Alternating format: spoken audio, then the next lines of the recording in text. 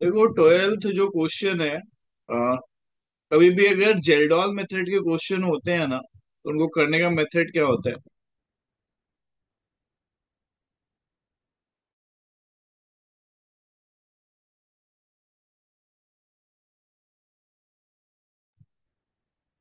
इसको कैसे करते हैं?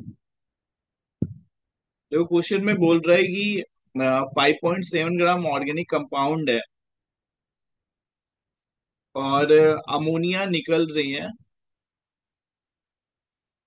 H2SO4 का अमाउंट दिया हुआ है और अंत में लिख रहा है, देखो कि रेसिड्यूअल एसिड, इसका मतलब क्यों क्या हो रहा है कि एसिड ज्यादा है।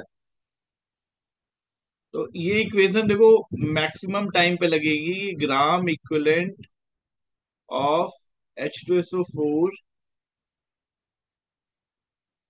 Equal to gram equivalent of NaOH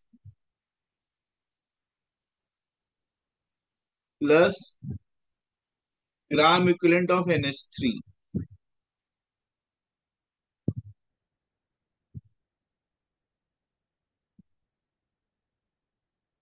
कभी भी कोई जेल्डॉल मेथड की बात करेगा तो ये इक्वेशन ध्यान में रखनी है तुम्हें सॉल्व करने के लिए।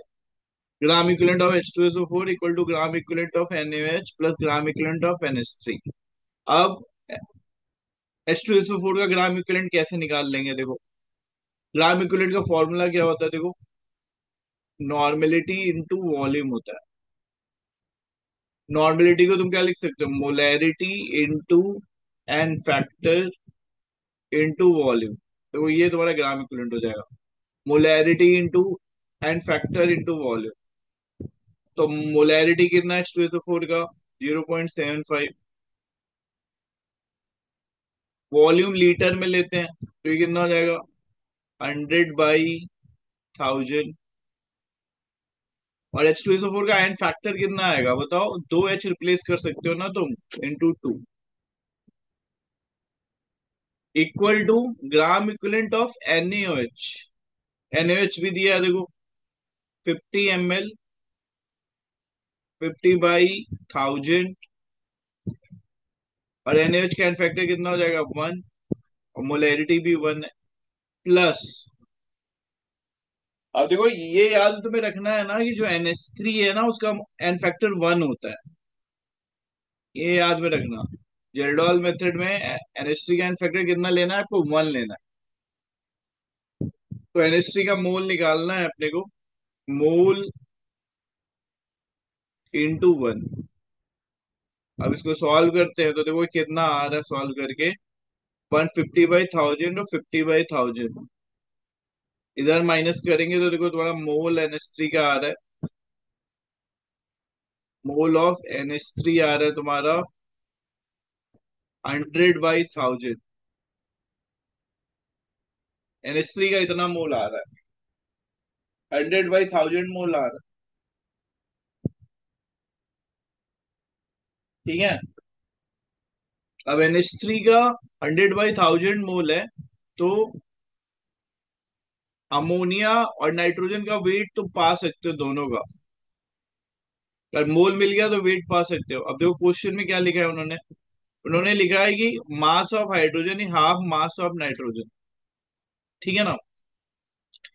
तो मोल जो आया है NH3 से, उससे नाइट्रोजन का वेट निकालना है, तो कैसे निकाल लेंगे? बोलो, मोल से वेट कैसे निकालते हैं?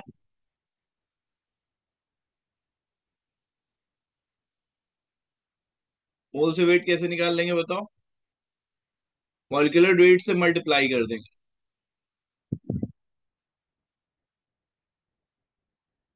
तो मॉलिक्यूलर वेट से अगर तुम मल्टीप्लाई कर रहे हो तो कितना आ जाएगा? देखो, 100/1000 इंटू 14, मतलब 1.4 ग्राम नाइट्रोजन हो गया।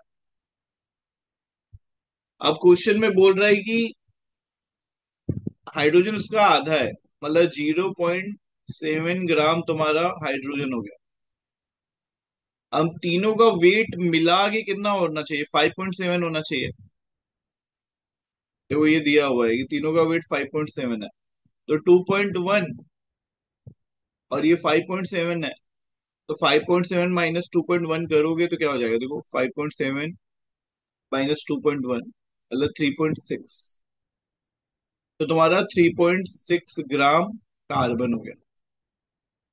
अब ये तुम्हें जो ऑर्गेनिक कंपाउंड क्यू था उसके बारे में पता चल गया कि 1.4 ग्राम नाइट्रोजन है, 0.7 ग्राम हाइड्रोजन है और 3.6 ग्राम कार्बन है। अब इनका मोल निकाल लेते हैं। तो इसका मोल कितना होगा, वेट अपॉन एटॉमिक वेट, मतलब नाइट्रोजन का मोल आ रहा है तुम्हारा 0.1,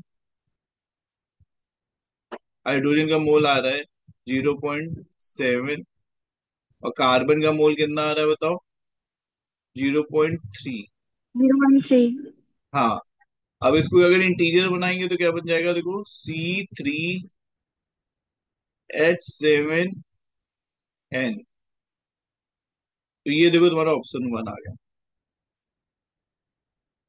तो एक बार मैं वापस बता रहा हूँ, जेरडॉल मेथड में क्या करते हैं, पहले तो ये इक्वेशन ध्यान में रखनी है कि gram equivalent of H2SO4 equal to gram equivalent of NaOH plus gram equivalent of NH3। फिर सब वैल्यू पुट करके NH3 का मोल निकाला, NH3 का मोल निकल गया। फिर NH3 के मोल से नाइट्रोजन का वेट निकाला, और फिर ये जो इन्फॉर्मेशन तुमको एंड में दी थी, इससे हमने हाइड्रोजन का निकाला, और फिर इससे माइनस करके कार्बन का निकाला, और ये क्वेश्चन सॉल्व कर लिया। अब ऐसा ही क्वेश्चन तुम लोग सॉल्व करोगे, इसको देख लो।